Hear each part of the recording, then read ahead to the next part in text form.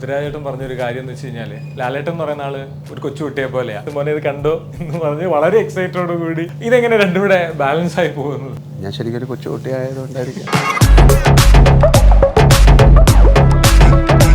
ശരിക്കും ഇതിലെ ലാലേട്ടൻ ആരാണ്? ശരിക്കും ആത്മീയമായ ചിന്തയെ മുൻതൂക്കം കൊടുക്കുന്ന ആളാണോ, ഒരു സാധാരണക്കാരനാണോ? ഞാൻ ആരാണ് എന്നാണ് എല്ലാവരും അന്വേഷിച്ചുകൊണ്ടിരിക്കുന്നത്. ഞാനും ആ അന്വേഷണത്തിലാണ്. ഞാൻ ഇങ്ങനത്തെ ഒരാളാണ്, ഇതൊരു കോർട്ട് റൂം ഡ്രാമയാണ്, ഇതിൽ വേറെ കാര്യങ്ങളൊന്നുമില്ല എന്ന് ഡയറക്ടർ, അദ്ദേഹത്തിൻ്റെ ഒരു ബ്രില്യൻസ് ആണത്. ജിത്തുചേട്ടനെ സംബന്ധിച്ചുള്ള അതാണ്, ഞങ്ങൾക്ക് അത്ര വിശ്വാസമില്ല ആ കാര്യത്തിൽ. എന്തോ ഇങ്ങനെയൊക്കെ പറയും, പക്ഷേ അതിനകത്ത് എന്തെങ്കിലുമൊക്കെ ഉണ്ടാക്കി വെച്ചിട്ടുണ്ടാവും. അങ്ങനെ വിശ്വസിച്ച് വരുന്നവർ അവർ ഡിസപ്പോയിൻറ്റഡ് ആവും. നമ്മുടെ IG ശ്രീ സാർ ഒരു ഇൻ്റർവ്യൂവിൽ പറഞ്ഞൊരു കാര്യം ഉണ്ടായിരുന്നു. ഇപ്പോൾ ആളുകളെല്ലാം കുറേ പേര് ദൃശ്യം മോഡൽ കൊലപാതകങ്ങളൊക്കെ ചെയ്തുകൊണ്ട് നമുക്ക് പിടിക്കാൻ എളുപ്പമാണ്. അതിപ്പോൾ പോസിറ്റീവ് അല്ലേ? ഇപ്പം ദൃശ്യം ചെയ്ത കാരണം കാര്യങ്ങൾ അവർക്ക് എളുപ്പമില്ലേ? പക്ഷേ ജോർജ് കുട്ടി വീണ്ടും തിരിച്ചു വരും ഉടനെ. ഞാനത് ട്രൈ ചെയ്യുന്നുണ്ട് ജോർജ് കുട്ടി എങ്ങനെയെങ്കിലും കൊണ്ടുവരാനായിട്ട്, പക്ഷെ പുള്ളി അങ്ങ് പിടിയായിരുന്നില്ല ജോർജ് കുട്ടി. എല്ലാ സിനിമയ്ക്കും ഇപ്പം മീശ പിടിച്ച് മുണ്ട് മടക്കി കുത്തി ഇപ്പം നേരത്തെ പറഞ്ഞു അങ്ങനെയുള്ള സിനിമ കാണാനാണ് താല്പര്യം. അല്ലാത്തവർ ഒരുപാട് പേരുണ്ട്. അതൊരു കാലഘട്ടത്തിൽ അങ്ങനത്തെ സിനിമകളുണ്ടായിരുന്നതാണ്. അല്ലാതെ എല്ലാ സിനിമയും അക്സെപ്റ്റ് ചെയ്യാനൊരു മനസ്സ് അവർക്കുണ്ടാകണമെന്നാണ്. ലാലേട്ടൻ പണ്ട് പറഞ്ഞൊരു കാര്യമുണ്ട്, വരാനിരിക്കുന്നതാണ് എൻ്റെ ഏറ്റവും നല്ല സിനിമ എന്നുള്ളത്. അപ്പോൾ അത് പറഞ്ഞുകൊണ്ട് തന്നെ, അങ്ങനെ ആഗ്രഹിച്ചുകൊണ്ട് തന്നെ പറയാം, വരാനിരിക്കുന്ന നേര് തന്നെ ആയിരിക്കാം ഒരു പക്ഷേ ലാലേട്ടൻ്റെ ഏറ്റവും നല്ല സിനിമ എന്ന് നമ്മൾ ആഗ്രഹിക്കുന്നു, പ്രതീക്ഷിക്കുന്നു. അതിൻ്റെ ട്രെയിലർ വന്നപ്പോൾ നമ്മൾ കണ്ടത് സാധാരണഗതിയിൽ ഒരു നായക കഥാപാത്രത്തെ കാണിക്കുന്ന ഒരു പോസിറ്റിവിറ്റിയോ അല്ലെങ്കിൽ അയാൾക്ക് എന്തെങ്കിലും ചെയ്യാൻ പറ്റുമോ എന്നുള്ളൊരു കഴിവോ എന്നതിനൊക്കെ അപ്പുറം നിസ്സഹായനായ ഒരു കഥാപാത്രത്തെയാണ് നമുക്ക് ട്രെയിലറിലുടനീളം കാണാൻ സാധിച്ചത്. ശരിക്കും അങ്ങനെ ഒരു നിസ്സഹായകത പർപ്പസ്ഫുള്ളി വന്നതാണോ, അല്ലെങ്കിൽ അങ്ങനെ ഒരു ക്ലീഷേ വേണ്ട എന്ന് കരുതി ശ്രമിച്ചതാണോ അങ്ങനെ ഒരു ക്യാരക്ടർ? അല്ലല്ല, കഥയിലെ കഥാപാത്രം അങ്ങനെയാണ്. ഈ നമ്മൾ പല ഇൻ്റർവ്യൂവിലും പറഞ്ഞ പോലെ നേരെന്നുള്ള സിനിമയിലൊരു ഹീറോ, വില്ലൻ, ഹീറോയിൻ, അങ്ങനെ കൊമഡിയൻ എന്നൊക്കെയുള്ള ക്യാരക്ടർ ഇല്ല. അതിലെ കഥാപാത്രങ്ങളാണ്. അതിലെ ഒരു കഥാപാത്രമാണ് വിജയമോഹൻ. പക്ഷെ വിജയമോഹൻ്റെലൂടെ ആ കഥയിലെ ഒരുപാട് സംഭവങ്ങൾ ഉരുത്തിരിയുന്നു. അപ്പോൾ അങ്ങനെ ചിന്തിക്കുമ്പോൾ അയാളാണ് അവിടുത്തെ ലീഡ് ആക്ടർ, അത്രയേ ഉള്ളൂ. അയാൾ ആദ്യമേ നമ്മൾ പറഞ്ഞുകൊണ്ടാണ്, ഞാൻ ഇങ്ങനത്തെ ഒരാളാണ് എന്ന് പറഞ്ഞുകൊണ്ടാണ് നമ്മൾ സിനിമ കാണിച്ചിരിക്കുന്നത്. അപ്പോൾ പ്രേക്ഷകർക്കും ഇവിടെ വരുന്ന സമയത്ത് ഇതൊരു ഭയങ്കര സിനിമയാണോ അല്ലെങ്കിൽ ഇതിലൊരു ആക്ഷൻ സിനിമയാണെന്നൊന്നും ചിന്തിക്കാതിരിക്കാനും നമ്മൾ മനഃപൂർവ്വം ചെയ്തതല്ല. അയാളുടെ നിസ്സഹായ അവസ്ഥ ആണ് ആ സിനിമയുടെ തുടക്കം. അതിൽ നിന്ന് അയാൾ എങ്ങോട്ട് പോകുന്നു എന്നുള്ളതാണ് ആ സിനിമയുടെ കഥ. അയാളത് സത്യം കണ്ടെത്തുമോ അല്ലെങ്കിൽ സീക്കിങ് ജസ്റ്റിസ് നെട്ടിരിക്കുന്നത് അതുകൊണ്ടാണ്. അത് 21-ാം തീയതി നമുക്ക് പറയാൻ പറ്റുള്ളൂ. അയാളതിൽ അവസാനം അത് തീരുന്നു. അങ്ങനെയാണ് ഒരു അഡ്വക്കേറ്റ് എന്നുള്ള രീതിയിൽ ഇതിൻ്റെ വിജയപരാജയങ്ങളെക്കുറിച്ച് പറയാൻ എനിക്ക് പറ്റില്ല. സിനിമയും അങ്ങനെയാണ്, ഇതിൻ്റെ വിജയപരാജയങ്ങളെക്കുറിച്ച് പറയാൻ ഇപ്പോൾ പറ്റില്ല. ഒരു നല്ല സിനിമയായിട്ടാണ് ഞങ്ങൾ നേരിനെ കാണുന്നത്. ഒരു നല്ല സിനിമയായിട്ടാണ് ഞങ്ങളതിനെ ഉണ്ടാക്കിയിരിക്കുന്നത്. ഒരു ഇമോഷണൽ ഡ്രാമയാണ് ആ സിനിമ. അങ്ങനെയാണ്, ഒരു കോർട്ട് റൂം ഡ്രാമ എല്ലാം പറഞ്ഞിട്ടാണ് ഞങ്ങൾ ആ സിനിമ ഇരുന്നത്. അപ്പോൾ ഒരു ആൾക്കാരെ ഒന്ന് എന്താ പറയുക, ഒരു അക്ലമറ്റൈസ് ചെയ്യാനുള്ള ഒരു കാര്യമാണ്. ഞാൻ ഇങ്ങനത്തെ ഒരാളാണ്, ഇതൊരു കോർട്ട് റൂം ഡ്രാമയാണ്, ഇതിൽ വേറെ കാര്യങ്ങളൊന്നുമില്ല എന്ന് ഡയറക്ടർ, അദ്ദേഹത്തിൻ്റെ ഒരു ബ്രില്യൻസ് ആണത്. കാര്യം പുള്ളിയുടെ നേരത്തെ സിനിമകൾ വെച്ചിട്ട് ഈ സിനിമ കാണരുത് എന്നൊരു ഒരു സറഗേറ്റഡ് ഒരു മെസ്സേജും കൂടെ അതിലുണ്ട്. ജിത്തുചേട്ടനെ സംബന്ധിച്ചുള്ള അതാണ്, ഞങ്ങൾക്ക് അത്ര വിശ്വാസമില്ല ആ കാര്യത്തിൽ. എന്തോ ഇങ്ങനെയൊക്കെ പറയും, പക്ഷേ അതിനകത്ത് എന്തെങ്കിലുമൊക്കെ ഉണ്ടാക്കി വെച്ചിട്ടുണ്ടാവും. അങ്ങനെ ഈ പറഞ്ഞ ഞങ്ങൾക്ക് വിശ്വസിക്കാവോ ഈ പറഞ്ഞത്? അങ്ങനെ വിശ്വസിച്ച് വരുന്നവർ അവർ ഡിസപ്പോയിൻറ്റഡ് ആവും. കാരണം ഞാനത് എക്സ്പ്ലെയിൻ ചെയ്തുതരാം വളരെ സിമ്പിളായിട്ട്. ഇതിനു മുമ്പത്തെ സിനിമകളിലൊക്കെ ക്രൈംസ് ഉണ്ട്. അതെന്താണ്? ഒരു ക്രൈം നടക്കുന്നു, അത് ആരെങ്കിലും കണ്ടുപിടിക്കുന്നു, അല്ലെങ്കിൽ അത് കവറപ്പ് ചെയ്യുന്നു, അതിൻ്റെ ടെൻഷൻ, കണ്ടുപിടിച്ചത് ആരാന്നോർത്ത് അല്ലെങ്കിൽ ഒരാളെ അറസ്റ്റ് ചെയ്തു, അത് കഴിഞ്ഞ് പോയി ഇങ്ങനെ ചെന്ന് കഴിയുമ്പോഴത്തേക്ക് അടുത്തയാൾ വേറെ ആളാന്ന് പറഞ്ഞ ട്വിസ്റ്റ്, സസ്പെൻസ്, ഇങ്ങനെയൊക്കെയായിരുന്നു. ഇതിനകത്തൊരു ക്രൈമുണ്ട്. ഇതിനകത്ത് ഞാൻ വർക്ക് ചെയ്തിരിക്കുന്ന ഏരിയ, ആ ക്രൈം കഴിഞ്ഞിട്ട് പോലീസ് പിടിച്ചു കഴിഞ്ഞ്, ക്രൈം നടന്നു, അതിൻ്റെ പ്രതിയെ പിടിച്ചു കഴിഞ്ഞിട്ട് ഉള്ള ഒരു ലീഗൽ സൈഡുണ്ട്. ഒരു ലീഗൽ, ഈ പ്രതി കോടതിയിലേക്ക് എത്തുവാണ്. കോടതിയിലെത്തുമ്പോൾ അവിടുന്ന് അയാൾ രക്ഷപ്പെടുവോ അല്ലെങ്കിൽ അയാളെ ശിക്ഷിക്കുവോ, ഈ ഏരിയയാണ് ഇത്തവണ ഞാൻ വർക്ക് ചെയ്യുന്നത്. ഇതിനകത്ത് ടോട്ടലി ക്രൈം കണക്റ്റഡ് ആണെങ്കിലും ഏരിയയിലുള്ള വ്യത്യാസം. പിന്നെ ഇതിനകത്ത് നിന്ന് തന്നെ എൻ്റെ സിനിമയുടെ ഒരു ജോണറെ മാറി, ഒരു കോർട്ട് റൂം ഡ്രാമയായി. ഇതിനകത്ത് ഞങ്ങളിത് ഡെവലപ്പ് ചെയ്ത് വന്നപ്പം ഒത്തിരി ഇമോഷൻസിൻ്റെ സാധ്യതകളുണ്ട്. സത്യസന്ധമായിട്ട് കേസ് വാദിക്കുന്ന പ്രോസിക്യൂഷൻ്റെ സൈഡിലുള്ള വക്കീലും ഡിഫൻസിൻ്റെ സൈഡിലുള്ള വക്കീലും രണ്ടുപേരും തമ്മിൽ നല്ല വാശിയോടെ മത്സരിക്കുന്നു.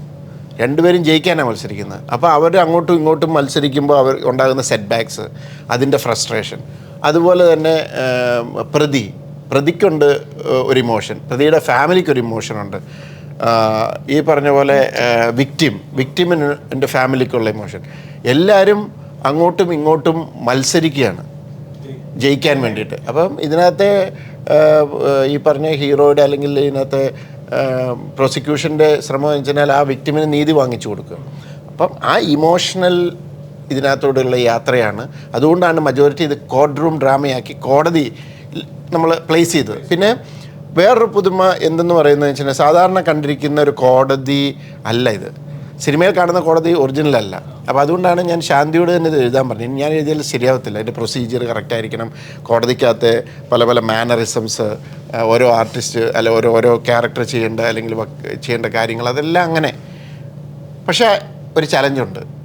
ഈ മജോറിറ്റിയും കോടതി ആകുമ്പോൾ ഇത് എൻഗേജിങ്, ബോറടിപ്പിക്കാതെ ഇരുത്തണം. അത് ഞങ്ങൾ ഇവർ തമ്മിലുള്ള ആ ഒരു മത്സരത്തിനകത്തൂടെ അത് സാധിച്ചിട്ടുണ്ടെന്നാണ് എൻ്റെ വിശ്വാസം. അപ്പോൾ ഇങ്ങനെ കഥ പറഞ്ഞു അവസാനം ഇത് ശിക്ഷിക്കുകയോ ഇല്ലയോ എന്ന് പറയുന്ന ക്യൂരിയോസിറ്റിയിലാണ് ഈ സിനിമ കൊണ്ടുപോകുന്നത്. ഇങ്ങനെ പോകുന്നൊരു കഥയിൽ എവിടെയാണ് ട്വിസ്റ്റ്? സസ്പെൻസിന് എന്താണ് പ്രസക്തി? ഇല്ല. അതാണ് യാഥാർത്ഥ്യം. ശരിക്കും അമ്മപ്പാടെ പറഞ്ഞ പോലെ ഒരുപാട് തിരക്കിനിടയിൽ വന്ന് ഒരു ക്ഷീണം മുഖത്തുണ്ട്. ശരി. അപ്പോൾ ശരിക്കും നിങ്ങൾ തമ്മിലുള്ള നേരത്തെ ഞാനിവിടെ വന്നിരുന്നപ്പോൾ മുതൽ നിങ്ങൾ തമ്മിലുള്ള സംസാരമാണെങ്കിലും സൗഹൃദമാണെങ്കിലും ഭയങ്കര സന്തോഷം തരുന്നൊരു കാഴ്ച തന്നെയാണ്. ഞാൻ കഥന്നിട്ട് ഞാൻ കണ്ട ഒരു കുറിപ്പായിരുന്നു ഫേസ്ബുക്കിൽ. കന്മദം സമയത്ത് വിളിച്ചൊരു റോള് തന്നു, ലാലേട്ടൻ വിളിച്ച് അന്ന് മുതൽ കാത്തു സൂക്ഷിക്കുന്നൊരു സൗഹൃദമാണ്. ഈ ഒരു സൗഹൃദത്തിൻ്റെ അല്ലെങ്കിൽ ഇങ്ങനെ ഒരു സൗഹൃദം ഉണ്ടാവാനുള്ള കാരണം എപ്പോഴെങ്കിലും ഉള്ളുകൊണ്ടെങ്കിൽ ചോദിച്ചിട്ടുണ്ടോ? എൻ്റെ ഒരു ആഗ്രഹം കൊണ്ടായിരിക്കും, എൻ്റെ ഒരു കൊതി കൊണ്ടായിരിക്കും. ഞാനിവരെയൊക്കെ സിനിമയ്ക്ക് പുറത്തു നിന്ന് കണ്ടിട്ട് ജസ്റ്റ് വന്ന് നേരിലൊക്കെ ഒന്ന് കാണണം, ഒന്ന് പരിചയപ്പെടണം എന്നൊക്കെ മോഹിച്ച സിനിമയിൽ അഭിനയിക്കാൻ വന്നതാണ്. കാരണം ഞാൻ സിനിമയിൽ വന്ന് അങ്ങനെ ഒരു വലിയ നടനാവണമെന്ന് മോഹിക്കുന്നതിനേക്കാൾ കൂടുതൽ എനിക്ക് ഇവരെയൊക്കെ ഒന്ന് കാണണം, അടുത്ത് പരിചയപ്പെടണം എന്നൊക്കെ വിചാരിച്ച് മോഹിച്ച് വന്ന ആളാണ്. എനിക്കാണ് ഇത്രയും അടുത്ത സൗഹൃദം ഉണ്ടായത്. അപ്പോൾ എൻ്റെ ആഗ്രഹം കൊണ്ട് തന്നെയായിരിക്കും. എനിക്ക് ലാലിനോടൊക്കെ ഉള്ളൊരു എന്താ പറയുക, അത്രയൊരു ഇഷ്ടവും സ്നേഹവും ബഹുമാനമൊക്കെ കൊണ്ടായിരിക്കും എനിക്ക് ഈ സൗഹൃദം ഉണ്ടാകാനുള്ള ഒരവസരം കിട്ടിയത്. അത് ഞാൻ ഏറ്റവും വലിയ വിലപ്പെട്ടൊരു കാര്യമായിട്ടാണ് ഞാനും കാത്തു സൂക്ഷിക്കുന്നത്. അപ്പം എൻ്റെ സൗഹൃദം കൊണ്ട് ലാലിന് പ്രത്യേകിച്ച് നേട്ടം ഉണ്ടാകുമെന്നൊന്നും എനിക്കങ്ങനെ തോന്നിയിട്ടില്ല. പക്ഷേ എനിക്കാണ് നേട്ടം മുഴുവൻ. എനിക്കാണപ്പോൾ ഇവരുമായിട്ടുള്ള സ്നേഹവും സൗഹൃദമൊക്കെ ആഗ്രഹിക്കുന്നത് ഞാനാണ്. അപ്പോൾ അതുകൊണ്ട് അതൊന്നും കാത്തു സൂക്ഷിക്കുക അല്ലെങ്കിൽ ഇങ്ങനെ ഒരു എന്താ പറയുക, ഒരു കിടാവിളക്ക് പോലെ കൊണ്ടു നടക്കാന്നുള്ളത് എൻ്റെ ബാധ്യതയാണ്. അപ്പോൾ ഞാനാണത് ആ സൗഹൃദം കൊണ്ടുപോകുന്നത് മുന്നോട്ട്. വന്ന കാലം മുതൽ ഈ സൗഹൃദത്തിന് ഇത്രയും വാല്യൂ കൊടുത്ത ഒരാളുണ്ടോ എന്ന് ചോദിച്ചു കഴിഞ്ഞാൽ ചിലപ്പോൾ ഇല്ലാതെ പറയേണ്ടി വരും. അത്രത്തോളം സൗഹൃദങ്ങളാണ് ലാലേട്ടൻ കാത്തു സൂക്ഷിക്കുന്നത്. എന്തുകൊണ്ടാണ് സൗഹൃദത്തിന് ഇത്രയും വാല്യൂ ഒരു മനുഷ്യനെന്ന നിലയിൽ കൊടുക്കുന്നത്? അല്ല, ഒരു മനുഷ്യനെന്ന നിലയിൽ നിങ്ങളുടെ ധർമ്മമാണ് സൗഹൃദം കാത്തു സൂക്ഷിക്കുക എന്നുള്ളത്, അല്ലേ? നമുക്ക് ഒരാളോട് നല്ല ചിരിച്ച് സംസാരിക്കുക, ഒരാളോട് സന്തോഷകരമായി പെരുമാറുക എന്ന് പറയുന്നത് ബേസിക് നമുക്ക് ചെയ്യേണ്ട കാര്യമാണ്. അതുകൊണ്ട് നമുക്ക് ഒരു നഷ്ടമില്ല. നേരെ തിരിച്ചാണ് പെരുമാറുന്നതെങ്കിൽ അവർക്ക് ഭയങ്കരമായ സങ്കടം ഉണ്ടാകും. അപ്പം വളരെ സന്തോഷകരമായി ഇരിക്കണമെങ്കിൽ, എന്നെ കാണുമ്പോൾ ഒരാൾ ചിരിച്ചില്ലെങ്കിൽ എനിക്ക് സങ്കടം ഉണ്ടാകുന്ന പോലെയാണ് തിരിച്ചും. അപ്പം നമ്മൾ ഏറ്റവും കൂടുതൽ വളരെ പ്ലസൻ്റായിട്ടിരിക്കാൻ ആഗ്രഹിക്കുന്നു. എനിക്ക് എൻ്റേതായ ഒരുപാട് കാര്യങ്ങളുണ്ടാകാം, പക്ഷേ അതൊക്കെ നമ്മുടെ വളരെ പേഴ്സണൽ കാര്യങ്ങളാണ്. അത് ബാക്കിയുള്ളവരിലേക്ക് അറിയിക്കാതെ വളരെ പോസിറ്റീവായിട്ടും വളരെ സന്തോഷകരമായിട്ടിരിക്കുമ്പോൾ നമ്മൾ ഇവിടെ വന്നിരുന്നിട്ട് ഞാൻ വളരെ സീരിയസ് ആയിട്ടിരുന്ന് കഴിഞ്ഞാൽ ഇതിൻ്റെ ടോട്ടൽ ഈ മൂഡ് മുഴുവൻ മാറും, അല്ലേ? ഞാൻ നിങ്ങൾ ചോദിക്കുന്ന ചോദ്യത്തിന് എനിക്ക് അതിൽ ഇപ്പോൾ ഉത്തരം പറയാൻ പറ്റില്ല. എനിക്ക് എങ്ങനെ വേണമെങ്കിലും പെരുമാറാം. പക്ഷെ നിങ്ങൾ ചോദിക്കുന്ന ഉത്തരത്തെ ഞാൻ എങ്ങനെ മനോഹരമായിട്ട് നിങ്ങൾക്ക് തിരിച്ചു തരുന്നതെന്ന് പറയുന്നതാണ് നിങ്ങളുടെ സന്തോഷവും. അത് എല്ലാത്തിലും കൊണ്ടുപോകാൻ ഞാൻ ശ്രമിക്കാറുണ്ട്. അങ്ങനെയാണ് സൗഹൃദം ഉണ്ടാകുന്നത്. പിന്നെ ഒരു സുഹൃത്തെന്ന് പറയുന്നത്, ഇപ്പം സൗഹൃദം എല്ലാവരിടത്തും ഉണ്ടാകും, സുഹൃത്തുക്കൾ വളരെ കുറച്ചായിരിക്കാം, അല്ലേ? ഇപ്പം എല്ലാവരുമായിട്ട് നല്ലതായിട്ട് പെരുമാറുന്നതിലൊരു തെറ്റില്ല എന്ന് വിശ്വസിക്കുന്ന ഒരാളാണ് ഞാൻ. ഈ ആത്മീയമായ ചിന്തകളും ബോധങ്ങളും ആണോ ഇങ്ങനെയുള്ള അറിവുകൾ ലാലേട്ടൻ ഉണ്ടാക്കി തന്നത്? ഒരു പക്ഷേ ആയിരിക്കാം. എൻ്റെ വളരെയധികം സുഹൃത്തുക്കൾ അത്തരത്തിലുള്ള ആൾക്കാരുണ്ട്. എനിക്ക് എല്ലാ രീതിയിലുള്ള സുഹൃത്തുക്കളുമുണ്ട്, ഒരുപാട് സുഹൃത്തുക്കളുണ്ട്. വളരെയധികം സ്പിരിച്വൽ തിങ്കിങ്ങിലുള്ള ആൾക്കാരുണ്ട്. ഞാൻ അവരുമായിട്ട് പോകുമ്പോഴും ഞാൻ വേറൊരാളായിരിക്കാം അല്ലേ. അപ്പോൾ അവരുമായിട്ടും ഞാൻ ഇത്തരം നർമ്മങ്ങൾ പങ്കിടാറുണ്ട്, ചില യാത്രകൾ ചെയ്യാറുണ്ട്. അപ്പോൾ അത്തരത്തിൽ ഇപ്പം മുതലുണ്ടായതല്ല, വളരെ കൊച്ചുകാലം മുതലേ അത്തരത്തിലുള്ള ഒരുപാട് പേരുമായിട്ട് അടുത്തിടപഴകാനുള്ള ഒരു അവസരം ഉണ്ടായിട്ടുണ്ട്. അതൊരു ഭാഗ്യമായിട്ട് ഞാൻ കണക്കാക്കും. അതൊക്കെ ആയിരിക്കാം ഒരു പക്ഷേ നമ്മളിലേക്ക് ഇത്തരത്തിലുള്ള വാസനകളെ കൊണ്ടുവന്നിരിക്കുന്നത്. ശരിക്കും ഇതിലെ ലാലേട്ടൻ ആരാണ് ശരിക്കും? ആത്മീയമായ ചിന്തയെ മുൻതൂക്കം കൊടുക്കുന്ന ആളാണോ, ഒരു സാധാരണക്കാരനാണോ? ഒരു അതിനെക്കുറിച്ച് ഭയങ്കരമായിട്ട് ചിന്തിച്ചു കഴിഞ്ഞാൽ കുഴപ്പമാണ്. അല്ല കാര്യമായിട്ട് പറയാണ്, ഞാൻ ആരാണ് എന്നാണ് എല്ലാവരും അന്വേഷിച്ചുകൊണ്ടിരിക്കുന്നത്. ഞാനും ആ അന്വേഷണത്തിലാണ്. ഒരു പക്ഷേ ഈ പറഞ്ഞ പോലെ കുറച്ചുകൂടെ കഴിഞ്ഞ് ഒരു പൂർണ്ണമായ ഒരു ആത്മീയമായ ഒരു ചിന്തയിലേക്ക് മാറാനുള്ള സാധ്യതയൊക്കെ ഉണ്ടോ? സാധ്യത നമുക്കറിയില്ല, ഒന്നും തള്ളിക്കളയാൻ പറ്റില്ല. അങ്ങനെ അതിന് വേണ്ടി ശ്രമിക്കുന്നില്ല. നമുക്കറിയാൻ പറ്റില്ലല്ലോ ഇപ്പോൾ ഇനി എങ്ങനെയാണ് നമ്മുടെ ജീവിതത്തിലെ പോക്കെന്നുള്ളത്. അതറിഞ്ഞാൽ അതിൻ്റെ രസവും പോകില്ലേ. അപ്പോൾ അതിലേക്ക് മനഃപൂർവ്വം അങ്ങനെ അതിലേക്ക് പോകാൻ താല്പര്യമില്ല. പക്ഷേ അത്തരം കാര്യങ്ങളിൽ എനിക്ക് ഒരുപാട് താല്പര്യമുണ്ട്. അപ്പോൾ അത് എൻ്റെ സൗഹൃദങ്ങൾ കാരണമാണ്. അത് വീണ്ടും അത്തരം സുഹൃത്തുക്കളുള്ളതുകൊണ്ടാണ്. അപ്പോൾ അതിപ്പോൾ തൽക്കാലം കുറച്ച് നാളത്തേക്കുണ്ടാകാൻ സാധ്യതയില്ല. സംഭവിക്കാതിരിക്കാം.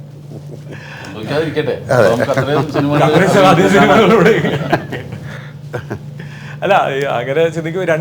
രണ്ട് രീതിയിൽ ഇഷ്ടപ്പെടുവാണല്ലോ സിനിമ ചെയ്യുക എന്ന് പറയുന്നത്. ആത്മീയതയും രണ്ട് ഫീലല്ലേ. അപ്പോൾ ഏതിനാ ഒരു മുൻതൂക്കം കൊടുക്കുക? ഇതിൻ്റെ അകത്തൂടെയുള്ള ഒരു ആത്മീയതയാണ് ഇപ്പം. അല്ല, അഭിനയിക്കുന്ന തന്നെ ഒരു മെഡിറ്റേഷൻ ആണെന്ന് ലാലേട്ടൻ പറഞ്ഞു. തീർച്ചയായിട്ടും അങ്ങനെയാണല്ലോ. നമ്മൾ വേറൊരാളായിട്ട് മാറുകയാണല്ലോ. അതായി മാറാൻ സാധിക്കുക എന്ന് പറയുന്നതാണ് ഭാഗ്യം. അപ്പോൾ പലർക്കും അത് ഒരു പക്ഷേ ഞാൻ എങ്ങനെയാണ് അഭിനയിക്കുന്നത് ചോദിച്ചാൽ എനിക്കത് പറയാൻ പറ്റില്ല. നമ്മൾ ആ സമയത്ത് വേറൊരാളായിട്ട് മാറുന്നു. അങ്ങനെയാണ്, അതൊരു ഹൈ മെഡിറ്റേഷനാണ്. വേറൊരാളായിട്ട് മാറാനുള്ള ഒരു മെഡിറ്റേഷനാണ്. അപ്പോൾ ചിലപ്പോൾ ഒരു പക്ഷേ നിങ്ങൾ ആ ഷർട്ടിൽ ചെയ്തിരിക്കുന്ന ഒരു കാര്യം അതുപോലെ ചെയ്യാൻ പറഞ്ഞാൽ ഞാൻ പറയാം എനിക്ക് പറ്റില്ല, എനിക്കറിയില്ലായിരുന്നു പറയും. അപ്പോൾ അത് നമ്മുടെ ഒരു എന്താണ്, ആദ്യം മുതലേ അറിഞ്ഞോ അറിയാതെയോ നമ്മളിൽ ഉണ്ടായ ഒരു പ്രക്രിയയാണ്. അപ്പോൾ എങ്ങനെയാണ് നിങ്ങൾ ഇതിൻ്റെ ഇടയിൽ അഭിനയിക്കുന്നതെന്ന് ചോദിച്ചാൽ ഞാൻ പറയാൻ പറ്റില്ല. അപ്പോൾ നമുക്ക് ഇപ്പോൾ ഈ സിനിമയായാൽ തന്നെയും നമ്മൾ ഇപ്പോൾ ഇത് കുറച്ച് ഓർഡറിലൊക്കെയാണ് ഈ സിനിമ എടുത്തിരിക്കുന്നത്. അല്ലെങ്കിൽ ചിലപ്പോൾ 32ാമത്തെ സിനിമ ഷോട്ടായിരിക്കും ആദ്യത്തെ എടുക്കുന്ന സീനായിരിക്കും. അപ്പോൾ അവിടെ നിന്ന് തിരിച്ച് ഒന്നിൽ നിന്ന് പിന്നെ 90ലേക്കും ഒരു യാത്രയാണ്. അതിനെക്കുറിച്ചൊരു ബോധമുണ്ടാകുക എന്ന് പറയുന്നത് അതത്ര എളുപ്പമുള്ള കാര്യമല്ല. അത് ഒരു ഭാഗ്യമാണ്. പ്രത്യേകിച്ച് ഇത്തരം സിനിമകളിൽ, വളരെ സീരിയസ് ആയിട്ട് സിനിമകളിൽ അങ്ങനത്തെ സീനുകൾ ചെയ്യുക എന്ന് പറയുന്നത്. പിന്നെ തീർച്ചയായിട്ടും അതിൻ്റെ ഒരു ബലം എന്ന് പറയുന്നത് സ്ക്രിപ്റ്റിംഗ് തന്നെയാണ്. അപ്പോൾ ആ സ്ക്രിപ്റ്റിങ്ങിൽ ഒരു നല്ല സ്ക്രിപ്റ്റ് ഉണ്ടെങ്കിൽ ഏത് ആക്ടറിനും രക്ഷപ്പെട്ടു പോകാൻ പറ്റുന്ന ഒരു കാര്യമാണ്. ഒരു മോശം സ്ക്രിപ്റ്റ് ആണെങ്കിൽ വലിയ ആക്ടറായാലും അല്ലെങ്കിൽ അത്യാവശ്യം തിരക്കേടില്ല നടനായാലും ശോഭിക്കാൻ കുറച്ച് പ്രയാസമാണ്. അപ്പോൾ അത്തരത്തിൽ നല്ല സിനിമകൾ ചെയ്യാൻ ഭാഗ്യം ലഭിച്ച ഒരാളാണ് ഞാൻ. നല്ല സിനിമ സംവിധായകരുടെ കൂടെയും സ്ക്രിപ്റ്റ് റൈറ്റേഴ്സിൻ്റെ കൂടെയൊക്കെ അതിപ്പോഴും തുടരുന്നു. അതിന് ഇനിയും തുടരാനുള്ള ഭാഗ്യം എനിക്കുണ്ടാകട്ടെ എന്ന് പ്രാർത്ഥിക്കുന്നു. അതിന് വേണ്ടിയിട്ട് നല്ല സ്ക്രിപ്റ്റ് റൈറ്റേഴ്സും നല്ല സംവിധായകരും ഉണ്ടാകാൻ വേണ്ടി ഞാൻ പ്രാർത്ഥിക്കുന്നു. ലാലേട്ടനടിക്കലേക്ക് അങ്ങനെ ഒരു നല്ല സ്ക്രിപ്റ്റുമായിട്ട് എത്താനുള്ള സംവിധാനം ഉണ്ടോ ശരിക്കും? തീർച്ചയായിട്ടും. എന്താ നല്ല സ്ക്രിപ്റ്റ് എന്ന് എങ്ങനെയാണ് പറയുന്നത്?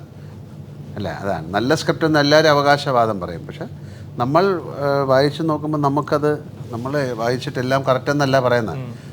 നല്ല സ്ക്രിപ്റ്റ് എന്ന് എങ്ങനെയാണ് പറയുന്നത്? അത് വലിയ പ്രയാസമാണ്. ഒരു സ്ക്രിപ്റ്റും നല്ല സ്ക്രിപ്റ്റായിട്ട് പറയാൻ പറ്റില്ല. അത് എല്ലാവരുടെയും ഒരുപാട് കാര്യങ്ങൾ അത്യപൂർവമായിട്ട് ഒരു പെർഫെക്റ്റ് സ്ക്രിപ്റ്റ് നമുക്ക് കിട്ടാറുള്ളൂ. അത് നമ്മൾ എഴുതുന്ന ആൾക്കെല്ലാം നല്ലതായിരിക്കാം. പക്ഷേ ഇവർ തന്നെ എത്രയോ 100 കണക്കിന് പേപ്പറുകൾ എഴുതിയിട്ടാണ് ഈ സിനിമ ഉണ്ടാക്കിയിരിക്കുന്നത്. അപ്പോൾ അതിൻ്റെ പുറകിൽ ഒരു വലിയ ഒരു യാത്രയുണ്ട്. തീർച്ചയായിട്ടും പുതുതായിട്ടുള്ള എത്രയോ നല്ല സ്ക്രിപ്റ്റുകൾക്ക് വേണ്ടിയിട്ടില്ലേ നമ്മളെല്ലാം, ഞാനായാലും സിദ്ദിഖായാലും അല്ലെങ്കിൽ ഏത് ആക്ടേഴ്സും കാത്തിരിക്കുന്നു അതിന് വേണ്ടിയിട്ടില്ലേ. തീർച്ചയായിട്ടും അത്തരം സിനിമകൾ വരട്ടെ. ഇപ്പം എനിക്ക് കിട്ടിയില്ലെങ്കിലും എത്രയോ ആക്ടേഴ്സ് ഉണ്ട്, അവർക്കൊക്കെ നല്ല സിനിമകൾ കിട്ടട്ടെ എന്ന് പ്രാർത്ഥിക്കുന്ന ആളാണ് ഞാൻ. ഈ ഒരു കൗതുകം കൊണ്ട് ചോദിക്കുക, ഈ അഭിനയത്തിൻ്റെ കാര്യം പറഞ്ഞപ്പോൾ നമ്മുടെ കമലതളം പോലുള്ള സിനിമകളിൽ ഡാൻസ് പെർഫോമൻസ് ആണെങ്കിലും അല്ലെങ്കിൽ അതിൽ കഥക്കാണെങ്കിലും പല വേർഷൻസ് ചെയ്യുന്നുണ്ട്. ഇനി കഥകളിലേക്ക് വരികയാണെങ്കിൽ പോലും പറഞ്ഞു കേട്ടതെന്ന് വെച്ചാൽ ഒരു പെർഫെക്റ്റ്, വളരെ പരിചയസമ്പന്നനായ ഒരു കലാകാരന് മാത്രം ചെയ്യാൻ പറ്റുന്ന രീതിയിൽ അത് ഡെലിവറി ചെയ്യുക എന്ന് പറഞ്ഞു കേട്ടിട്ടുണ്ട്. ലാലേട്ടൻ ചെയ്തത് പത്മസുബ്രഹ്മണ്യം പോലും പറഞ്ഞിട്ടുണ്ട്. അപ്പോൾ അത് പക്ഷെ ഞാൻ ലാലേട്ടൻ പറഞ്ഞു കേട്ടെന്ന് വെച്ച് കഴിഞ്ഞാൽ അതിൻ്റെ പോർഷൻസ് നമുക്ക് കാണിക്കേണ്ടത് മാത്രം കാണിച്ചാലും മതി. അവിടെ എങ്ങനെയാ അതൊരു ലാലേട്ടനൊരു തീരുമാനം വരുന്നത്, ഇത് മതി എന്നുള്ളൊരു? അല്ല, ഞാൻ തീരുമാനിക്കുകയല്ലോ. വനപ്രസ്ഥം എന്ന് പറയുന്നത് ഞാൻ മാത്രമേ ഉള്ളൂ കഥകളി നടനായിട്ട് അഭിനയിച്ചിരിക്കുന്നത്. ബാക്കി വലിയ കഥകളി നടന്മാരെല്ലാം എൻ്റെ അമ്മാവനും അമ്മായിയച്ഛനും ഒക്കെ ആയിട്ടാണ്, എൻ്റെ ഗുരുവൊക്കെ ആയിട്ടാണ്. പക്ഷെ തീർച്ചയായിട്ടും അവരുടെ ഒരു ബ്ലെസ്സിങ്ങിലൂടെയാണ് അത് ചെയ്യുന്നത്. അവരെല്ലാം അതിൻ്റെ പുറകിൽ നിൽക്കുകയും നമ്മളെ സഹായിക്കുകയും ചെയ്തു. അപ്പോൾ അവരുടെ ശിക്ഷണത്തിൽ തന്നെയാണ് നമ്മൾ സീൻ ചെയ്തിരിക്കുന്നത്. അപ്പോൾ എന്തായാലും ആ ഒരു ഗുരുത്വം കൊണ്ട് ചെയ്തത് ശരിയായി. എല്ലാ വേഷങ്ങളും ചെയ്യാൻ പറ്റി. തീർച്ചയായും എസ്പെഷ്യലി കഥകളി എന്നുള്ള ഒരു ആർട്ട് ഫോമിൽ എത്ര ഭംഗിയുള്ള ആളാണ്, അല്ലെങ്കിൽ എത്ര ഒരു രാജാനുബാഹുവായ ആളായാലും ആ വേഷമിട്ടാൽ വേഷപ്പകർച്ച കിട്ടണമെന്നില്ല. ചിലപ്പോൾ വളരെ മോശമായിപ്പം കാണാൻ.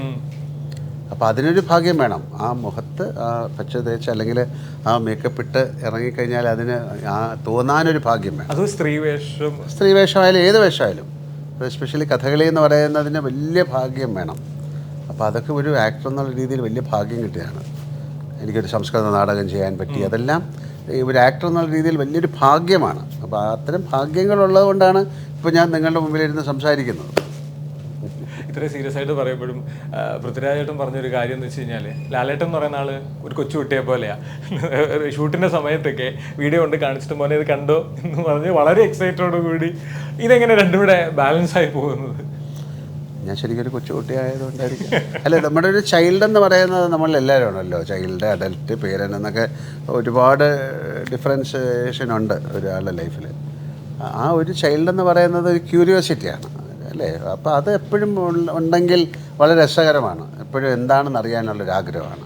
ഒരു കാണുന്നതിനൊരു പുതുമ, ഒരാളെ കാണുമ്പോഴെല്ലാം ഒരു ഒരു ഒരു ക്യൂരിയോസിറ്റി നമുക്ക് ഉണ്ടാകുമ്പോഴാണ് ഒരു കൗതുകം. ആ കൗതുകം മനസ്സിലുണ്ടെങ്കിൽ വളരെ സുഖമാണ്. അപ്പോൾ ആ കൗതുകം ഞാൻ കൊണ്ട് നടക്കാൻ ശ്രമിക്കാറുണ്ട്. എത്ര സംസാരിച്ചാലും മതിയാവില്ല. നമുക്ക് കാര്യങ്ങളിലേക്ക് ആസ് എ റൈറ്റർ, കാരണം ഒരു കോർട്ട് ഡ്രാമ ചെയ്യുന്ന ഒരു ജോലിയിൽ അല്ലെങ്കിൽ അതിനകത്ത് തന്നെ നമുക്ക് സ്ക്രിപ്റ്റ് എഴുതാൻ പറ്റുക എന്ന് പറയുന്നത്, അപ്പോൾ അത് എത്രത്തോളം റിസ്ക് ഫാക്ടർ ഉണ്ടായിരുന്നു? കാരണം അറിയുന്ന ഒരു കാര്യം അത് സിനിമയാവുക, ലാലേട്ടനെ പോലൊരു നടൻ അഭിനയിക്കുന്ന ഒരു സ്ക്രിപ്റ്റാക്കി മാറ്റുക, എത്രത്തോളം റിസ്ക് ഉണ്ടായിരുന്നു? ഒരു ഉത്തരവാദിത്വമായിരുന്നു. ജിത്തു സാർ, ലാലേട്ടൻ, ഇവർ എല്ലാവരും ആശീർവാദ്. അപ്പോൾ ഇവരുടെ ഒരു ടീം അല്ലെങ്കിൽ പ്രൊഡക്ഷൻ അല്ലെങ്കിൽ മേക്കിംഗ്, അങ്ങനെ ഒരു ആക്ടർ പ്രേക്ഷകർ ഒത്തിരി പ്രതീക്ഷിക്കും. പ്രതീക്ഷയുടെ ഭാരം എഴുതി കഴിഞ്ഞിട്ടുണ്ടെങ്കിൽ നമുക്കൊന്നും ചെയ്യാൻ പറ്റില്ല. അപ്പോൾ നല്ല മനസ്സ് തരണം, നല്ല ബ്രെയിൻ തരണം, സന്തോഷമായിട്ടിരിക്കണം. അങ്ങനെ വിചാരിച്ചിട്ടാണ് നമ്മളീ തുടങ്ങുന്നത്. അത് വളരെ ഭംഗിയായിട്ട് പോയി. പല സമയത്തും സ്ട്രഗ്ലിംഗ് ഉണ്ടായിരുന്നു. ആ സമയത്തൊക്കെ സാറ് വളരെ സപ്പോർട്ടിംഗ് ആയിട്ട് കൂടെ നിന്നു. ആൻ്റണി ചേട്ടൻ ഇടയ്ക്കിടയ്ക്ക് വിളിക്കും, എന്തായി. ആ കോള് എപ്പോഴും ഒരു പ്രചോദനമാണ്. ലാലേട്ടൻ കാണുമ്പോഴൊക്കെ ചോദിക്കും, എന്തായി നമ്മുടെ സബ്ജക്റ്റ്. അപ്പോൾ ഇതെല്ലാം പ്രചോദനമായിരുന്നു. അപ്പോൾ ഉത്തരവാദിത്വത്തോടു കൂടി അത് ചെയ്തെടുക്കുക എന്നുള്ളതാണ്. പിന്നെ അറിയുന്നൊരു സബ്ജക്റ്റ് ആകുമ്പോൾ എൻ്റെ ഫ്രട്ടേണിറ്റിയിൽ ആളുകൾ കാണും, ശരിക്കും വക്കീലാണ്. അപ്പോൾ അതെടുത്ത് വെച്ചിരിക്കുമ്പോൾ അവരെല്ലാം പ്രൊസീജിയറിൽ എറേഴ്സ് മാക്സിമം കുറയ്ക്കുക. ഒരു വക്കീൽ ഒരു കോർട്ട് റൂം ഡ്രാമ ചെയ്യുമ്പോഴേക്കും ഓതൻറ്റിക്കായിട്ട് ചെയ്യണം എന്നായിരിക്കും എല്ലാവരും പ്രതീക്ഷിക്കുന്നത്. ഫ്രട്ടേണിറ്റിയിൽ 6000 പേരോ അല്ലെങ്കിൽ 10000 പേരോ എന്നുള്ളതല്ല. പക്ഷെ അവർ പ്രതീക്ഷിക്കും ഞാൻ തിരിച്ചൊരു ഇൻസ്റ്റിറ്റ്യൂഷൻ്റെ ഭാഗമാണ്. അപ്പോൾ നമ്മൾ വീട്ടിൽ നിന്ന് നമ്മൾ പഠിപ്പിച്ചു വിടുന്നതാണോ, ഞാൻ പഠിപ്പിച്ചു വിട്ടാണോ ചെയ്തതെന്ന് അച്ഛനും അമ്മയും ചോദിക്കുന്ന പോലെ തന്നെ ഉത്തരവാദിത്തപ്പെട്ട ഒരു ഇൻസ്റ്റിറ്റ്യൂഷൻ്റെ ഭാഗമാണ് ഞാൻ. അപ്പോൾ അതും എൻ്റെ മനസ്സിലുണ്ട്. അതിനോടും ഞാൻ നീതി പുലർത്തണം. ആ രീതിയിൽ മാക്സിമം ഓതൻറ്റിക്കായിട്ടും നീതിയോടും കൂടി ചെയ്തിട്ടുണ്ടോ എന്നുള്ളതാണ് വിശ്വാസം. ബാക്കിയൊക്കെ നടക്കട്ടെ. ഈ നമ്മുടെ ദൃശ്യം സിനിമ എടുക്കുകയാണെങ്കിൽ ആ ജോർജ് കുട്ടി എന്ന് പറയുന്ന കഥാപാത്രമാണെങ്കിലും കമൽ സാർ ചെയ്യുന്ന കഥാപാത്രം രണ്ടും കമ്പയർ ചെയ്യുമ്പോൾ രണ്ട് രീതിയിലാണ് ശരിക്കും. ജോർജ് കുട്ടി കുറച്ചുകൂടി ജിത്തുരചന പറഞ്ഞിട്ടുള്ള കാര്യമാണ്, കുറച്ചുകൂടി സീരിയസ് ആയിട്ടുള്ള അല്ലെങ്കിൽ കുറച്ചുകൂടി പവറുള്ള ആളാണ്. കമൽ സാർ ചെയ്തപ്പോൾ കുറച്ചുകൂടി ഭയങ്കര പുള്ളിക്ക് എന്താ പറയുക, വളരെ റിലാക്സ് ആയിട്ട് ഇമോഷണലി ഭയങ്കര ബോണ്ടിങ് ആയിട്ടുള്ള ഒരാളായിട്ട് രണ്ട് രീതിയിൽ ഒരു കഥാപാത്രം തന്നെ. ശരിക്കും ചേട്ടൻ ആദ്യം എഴുതുമ്പോൾ ജോർജ് കുട്ടി തന്നെ ആയിരിക്കുമല്ലോ മനസ്സിൽ. അപ്പോൾ ഇങ്ങനെ മാറ്റം അല്ലെങ്കിൽ വേറെ സ്ഥലത്ത് കൊണ്ട് പ്ലേസ് ചെയ്യേണ്ടി വരുമ്പോൾ ഒരു എഴുത്തുകാരൻ എന്ന നിലയിൽ അത് എത്രത്തോളം നമ്മൾ ശ്വാസം മുട്ടിക്കും? അല്ല, അതിനകത്ത് ആക്ച്വലി അത് ഒത്തിരി ഇരുന്ന് ചർച്ച ചെയ്ത ശേഷമാണ് നമ്മളങ്ങനെ ഒരു ഇതിലേക്ക് വന്നത്. അപ്പം ഞാൻ ഫസ്റ്റ് മീറ്റിൽ തന്നെ കമൽ സാർ പറഞ്ഞു, ദൃശ്യം കണ്ടു. കമൽ സാറിനെ എൻ്റെ ഒരു അദ്ദേഹം പറഞ്ഞ അദ്ദേഹത്തിൻ്റെ ഒരു ചലഞ്ച്, ഇതിൽ നിന്ന് എങ്ങനെ ഡിഫറെൻ്റ് ആയിട്ട് ഇതിനെ പ്രസൻറ്റ് ചെയ്യാം. അപ്പോൾ ലാൽ സാർ അത് ചെയ്തു. അപ്പോൾ അതുപോലെ തന്നെ കമൽ സാറിന് അത് ചെയ്യാൻ താല്പര്യമില്ല. കമൽ സാറിൻ്റെതായ രീതിയിൽ അതിനൊരു പുതിയ വേർഷൻ കൊടുക്കണം. അപ്പോൾ നമ്മൾ ഈ തമിഴ്നാട്ടിൽ തമിഴ് ഓഡിയൻസിൽ ഞാനിപ്പോഴും ശ്രദ്ധിച്ചിട്ടുണ്ട്, കുറച്ചുകൂടെ ഇമോഷണൽ ആണ് അവർ. ഇപ്പോൾ ഈ ചില ബന്ധങ്ങളുടെ ഇത് വരുമ്പോൾ അതുപോലെ തന്നെ ഒരു സ്ലാങ് കൊണ്ടുവരിക, പിന്നെ അതിനകത്ത് ഒരു പ്രത്യേക ഞാൻ വിട്ടുപോയി, അത് അവർക്ക് ചില പ്രത്യേകതകളുണ്ട്. അതൊക്കെ റൈറ്റർ ആണ് അതിൻ്റെ പുള്ളിയാണ് എനിക്കത് പറഞ്ഞു തന്നത്. അപ്പോൾ കമൽ സാറുമായിട്ട് ഡിസ്കസ് ചെയ്തപ്പോൾ എനിക്കതൊക്കെ പുതിയ ഇൻഫോർമേഷനാണ്.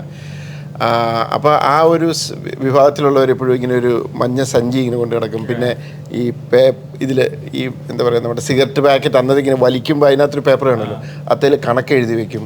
അങ്ങനത്തെ കണ്ണൻ ജോർജ് കുട്ടിയും പിശുക്കനാണ്, ക്യാരക്ടറും പിശുക്കനാണ്. അപ്പോൾ അങ്ങനത്തെ ചില പ്രത്യേകതകളുണ്ട് എന്ന് പറഞ്ഞാൽ ഇങ്ങനെ സംഭവങ്ങളെല്ലാം ഞാൻ മാത്രമല്ല, എനിക്ക് ഇവർ തന്നു. ഇങ്ങനെയുള്ളതൊക്കെ ഉണ്ട് തമിഴ്നാട്ടിൽ, ഇവിടെ ഇങ്ങനെയൊക്കെ, ഇതിലേതാണ് ഇതിനകത്ത് നമുക്ക് ഏത് രീതിയിൽ മാറ്റാം, അങ്ങനെ ഡിസ്കഷനിലൂടെ അങ്ങനെ മാറ്റിയെടുത്തതാണ്. അപ്പോൾ അപ്പോഴാണ് അദ്ദേഹം പറഞ്ഞത് കുറച്ചുകൂടി ഇമോഷണലാകാം, ഇയാൾക്ക് കരയാം. ജോർജ് കുട്ടി ഒരിക്കലും കണ്ണു നിറഞ്ഞിട്ടില്ല, അത് അദ്ദേഹം പലയിടത്തും വിതുമ്പിപ്പോയിട്ടുണ്ട്. അപ്പോൾ ആ രീതിയിലേക്കൊക്കെ അങ്ങനെ മാറ്റിയതാണത്. ഈ ഇതിൽ ഈ ദൃശ്യത്തിൻ്റെ കാര്യം പറഞ്ഞപ്പോൾ നമ്മുടെ IG ശ്രീജിത്ത് സാർ ഒരു ഇൻ്റർവ്യൂവിൽ പറഞ്ഞൊരു കാര്യം ഉണ്ടായിരുന്നു. ഇപ്പോൾ ആളുകളെല്ലാം കുറേ പേര് ദൃശ്യം മോഡല് കൊലപാതകങ്ങളൊക്കെ ചെയ്തുകൊണ്ട് നമുക്ക് പിടിക്കാൻ എളുപ്പമാണെന്ന്, എളുപ്പമായിട്ട് ഇത് ഇങ്ങനെയുള്ള കാര്യങ്ങൾ ചെയ്യുമ്പോൾ ഒരു സോഷ്യലി ഒരു എന്താ പറയുക, ഒരു നമുക്കൊരു ഉത്തരവാദിത്വം കൊടുക്കേണ്ടി വരും എന്നുള്ള ടെൻഷൻ ഉണ്ടോ? ഇല്ല, ഇപ്പം അതിപ്പോൾ പോസിറ്റീവ് അല്ലേ. ഇപ്പം ദൃശ്യം ചെയ്ത കാരണം കാര്യങ്ങൾ അവർക്ക് എളുപ്പമില്ലേ. അല്ലല്ല, ഇത്രയും നാൾ പറഞ്ഞത് കൊലപാതകം ചെയ്യുന്നു എന്നാണ്, ഇപ്പം അവർ പറഞ്ഞ ദൃശ്യം കാരണം എളുപ്പമായെന്ന്. അപ്പം പിന്നെ നല്ലതല്ലേ, ഇപ്പം പോസിറ്റീവായില്ലേ ദൃശ്യം. ഇതൊക്കെ ബേസിക്കലി അത് മനുഷ്യർ ബേസിക് കോമൺ സെൻസ് വെച്ച് മനസ്സിലാക്കേണ്ടതാണ്. സിനിമ ഒരു മേക്ക് ബിലീഫാണ് സിനിമ. അതിനകത്ത് കാണിക്കുമ്പോൾ നമ്മളിങ്ങനെയൊക്കെ ചില അഭ്യാസമൊക്കെ കാണിച്ച് അങ്ങ് കടത്തിവിടും. പക്ഷേ അത് കണ്ടുകൊണ്ട് റിയൽ ലൈഫിൽ എക്സിക്യൂട്ട് ചെയ്യാൻ പോകുന്ന പിടിക്കപ്പെടും, ഉറപ്പാണ്. അത് പ്രേക്ഷകർ ഇത് കേൾക്കുന്നവർ മനസ്സിലാക്കുക, ഇതൊന്നും ഒരു ഇതൊന്നല്ല, ഒരു സിനിമയും കണ്ടുകൊണ്ട് ഇത് ലൈഫിൽ അത് ട്രൈ ചെയ്യാൻ പോകരുത്. ജോർജ് കുട്ടി വീണ്ടും തിരിച്ചു വരും ഉടനെ? എനിക്കറിയില്ല, നോക്കട്ടെ. ഞാനത് ട്രൈ ചെയ്യുന്നുണ്ട് ജോർജ് കുട്ടി എങ്ങനെയെങ്കിലും കൊണ്ടുവരാനായിട്ട്. പക്ഷെ പുള്ളി പിടി തരുന്നില്ല ജോർജ് കുട്ടി. ശരിക്കുള്ള ജോർജ് കുട്ടിയാണോ കഥാപാത്രം ജോർജ് കുട്ടി എനിക്ക് പിടുത്തം തരുന്നില്ല. കാരണം ജോർജ് കുട്ടിയാണ് ഇതിനെ അഗനിസ്റ്റ് നിൽക്കുന്നത്. എൻ്റെ കഥാപാത്രം ജോർജ് കുട്ടിയാണ് ഈ എൻ്റെ തേർഡ് പാർട്ടിനെ അഗനിസ്റ്റ് നിൽക്കുന്നത്. അതിനെ എനിക്ക് ബ്രേക്ക് ചെയ്യണം, അതിൻ്റെക്ക് എനിക്ക് ആക്സസ് കിട്ടണം. ആ ജോർജ് കുട്ടിയിലേക്ക് എപ്പോൾ ആക്സസ് കിട്ടുന്നോ അപ്പം 3 ഉണ്ടാവും. അത് കിട്ടാത്തടത്തോളം കാലം പറ്റത്തില്ല. കാരണം ആ ജോർജ് കുട്ടീനെ നമുക്കറിയാമല്ലോ എന്താ ജോർജ് കുട്ടി. ആ ജോർജ് കുട്ടി തന്നെ ആയിരിക്കണം തേർഡിലും. ആ ജോർജ് കുട്ടിയിൽ മാറ്റം വന്നാൽ പടം നിൽക്കില്ല, സിനിമ നിൽക്കില്ല. അപ്പോൾ ആ ജോർജ് കുട്ടി എനിക്ക് ആക്സസ് തരണം. ഞാനും ജോർജ് കുട്ടിയും തമ്മിലൊരു കമ്മ്യൂണിക്കേഷൻ നടന്നുകൊണ്ടിരിക്കുക, പക്ഷേ എനിക്ക് ആക്സസ് തരുന്നില്ല. നോക്കട്ടെ, സംഭവിക്കും, എന്തെങ്കിലും സംഭവിക്കും. ലാലേട്ടനെ സംബന്ധിച്ചോളം മലയാളത്തിൽ ഏത് നടനെ നോക്കിയാലും ഭയങ്കര ഡൈഹാർട്ടും ഭയങ്കര ഇഷ്ടത്തോടുള്ള കുറേ ആരാധകരുള്ള ഒരു നടൻ കൂടിയാണ്. ഫാൻസ് എന്ന് നമ്മൾ ആ വാക്കിൽ നമ്മൾ ഒതുക്കുന്നില്ല. അപ്പോൾ അവർക്ക് ഏറെ പ്രതീക്ഷയുള്ള ഒരു സിനിമ കൂടിയാണ് നേര് എന്ന് പറയുന്നതും അതിനുശേഷം വരാനിരിക്കുന്ന ചിത്രങ്ങളും. അവരോട് ലാലേട്ടന് കുറേ കാലമായി അവരോട് സംസാരിച്ചിട്ട് ഒരു വർത്തമാനമൊക്കെ പറഞ്ഞിട്ട് അവരോട് എന്താ ലാലേട്ടന് പറയാനുള്ളത് ഈ മൊമെന്റിൽ? അവരോട് പറയാനുള്ളത് തീർച്ചയായിട്ടും ഞങ്ങളൊരു നല്ല സിനിമയ്ക്ക് വേണ്ടി പ്രവർത്തിച്ചിട്ട് നല്ല സിനിമ കൊണ്ടുവരികയാണ്. അവർ ഈ പ്രതീക്ഷിക്കുന്നത് എന്താണെന്ന് നമുക്കറിയില്ലല്ലോ. അതുകൊണ്ടാണ് നമ്മൾ ആദ്യമേ പറഞ്ഞത് ഇതിങ്ങനെ ഇത്തരത്തിലുള്ളൊരു സിനിമയാണ്. എല്ലാ സിനിമയ്ക്കും ഇപ്പം മീശ പിരിച്ച് മുണ്ട് മടക്കി കുത്തി ഇപ്പം നേരത്തെ പറഞ്ഞു അങ്ങനെയുള്ള സിനിമ കാണാനാണ് താല്പര്യം. അല്ലാത്തവർ ഒരുപാട് പേരുണ്ട്. അതൊരു കാലഘട്ടത്തിൽ അങ്ങനത്തെ സിനിമകളുണ്ടായിരുന്നതാണ്. അല്ലാതെ എല്ലാ സിനിമയും അക്സെപ്റ്റ് ചെയ്യാനൊരു മനസ്സ് അവർക്കുണ്ടാകണമെന്നാണ്. എൻ്റെ മാത്രമല്ല, എല്ലാവരുടെയും സിനിമയും. അപ്പം നമ്മൾ എല്ലാ സിനിമയും ഏറ്റവും നല്ല സിനിമയായിട്ട് മാറട്ടെ എന്നുള്ള പ്രാർത്ഥനയിലാണ് ഞങ്ങൾ ചെയ്യുന്നത്. അത് തീർച്ചയായിട്ടും ഇത്ര കാലം സിനിമയെ കൊണ്ട് നടക്കുന്ന ആൾക്കാരാണല്ലോ നിങ്ങൾ കാണൂ, കണ്ടിട്ട് അതിനെ വിലയിരുത്തൂ, അത് നല്ലതാണെങ്കിൽ അതിനെ കൊണ്ടുപോകണം. സിദ്ദീഖ ഈ പറഞ്ഞ പോലെ എല്ലാ കഥാപാത്രങ്ങളും നമ്മളെ വിസ്മയിപ്പിച്ചിട്ടേ ഉള്ളൂ. എക്സൈറ്റ് ചെയ്യിക്കുകയാണ് ഓരോ ക്യാരക്ടർ കഴിയുമ്പോഴും. ഇതിലെ കഥാപാത്രത്തെ കൂടെ പറഞ്ഞ് നമുക്ക് ഇതിലെ കഥാപാത്രം എന്നെ ഒരുപാട് എക്സൈറ്റ് ചെയ്യിച്ചിട്ടുണ്ട്. നമ്മൾ നേരത്തെ പറഞ്ഞ പോലെ വരാനിരിക്കുന്ന സിനിമയാണ് ഏറ്റവും നല്ല സിനിമ എന്ന് പറയുന്ന പോലെ ഞാൻ അടുത്ത് അഭിനയിക്കുന്ന എൻ്റെ കഥാപാത്രമാണ് ഏറ്റവും നല്ല കഥാപാത്രം എന്നാണ് എപ്പോഴും തോന്നുക. അപ്പോൾ ആ രീതിയിൽ ഇപ്പോൾ നേരിലെ കഥാപാത്രമാണ് ഞാൻ അഭിനയിച്ചാൽ ഏറ്റവും നല്ല കഥാപാത്രം എന്ന് വിശ്വസിക്കാനാണ് എനിക്കിഷ്ടം. വളരെ എന്നെ എക്സൈറ്റ് ചെയ്യിച്ച വലിയ റോള് തന്നെയാണ്. അപ്പോൾ അത് എന്നെക്കൊണ്ട് നന്നാക്കാൻ പറ്റുന്ന രീതിയിൽ പരമാവധി ചെയ്യാവുന്നവരെല്ലാം എൻ്റെ ഇൻപുട്ടെല്ലാം ഞാൻ കൊടുത്ത് തന്നെയാണ് ആ കഥാപാത്രത്തെ അവതരിപ്പിച്ചിട്ടുള്ളത്. അത് പ്രേക്ഷകർ സ്വീകരിക്കട്ടെ എന്ന പ്രാർത്ഥനയോടുകൂടി തന്നെ 21-ാം തീയതി വരെ വെയിറ്റ് ചെയ്യാം. പാൻ ഇന്ത്യ എന്ന് പറയുന്ന വാക്ക് വരുന്നതിന് മുമ്പ് തന്നെ നിങ്ങൾ ഇവിടെ വന്ന് പാൻ ഇന്ത്യ ലെവലിൽ പടം വിജയിപ്പിച്ചിട്ടുള്ളവർ തന്നെ ആ വേർഡ് വരുന്നെങ്കിൽ തന്നെ മുമ്പ് ദൃശ്യം എന്ന് പറയുന്ന സിനിമ കൊണ്ട് ഈ സിനിമ ആ വേർഡോട് കൂടി തന്നെ ഇന്ത്യയിൽ തന്നെ ശ്രദ്ധിക്കപ്പെടട്ടെ, മികച്ചൊരു സിനിമയാവട്ടെ, ഇനിയും നിങ്ങളുടെ കൂട്ടുകെട്ട് പറക്കട്ടെ, നല്ല സിനിമകൾ ഇനിയും എഴുതാൻ പറ്റട്ടെ, നല്ല കഥാപാത്രങ്ങൾ ചെയ്യാൻ പറ്റട്ടെ. Thank you so much. Thank U.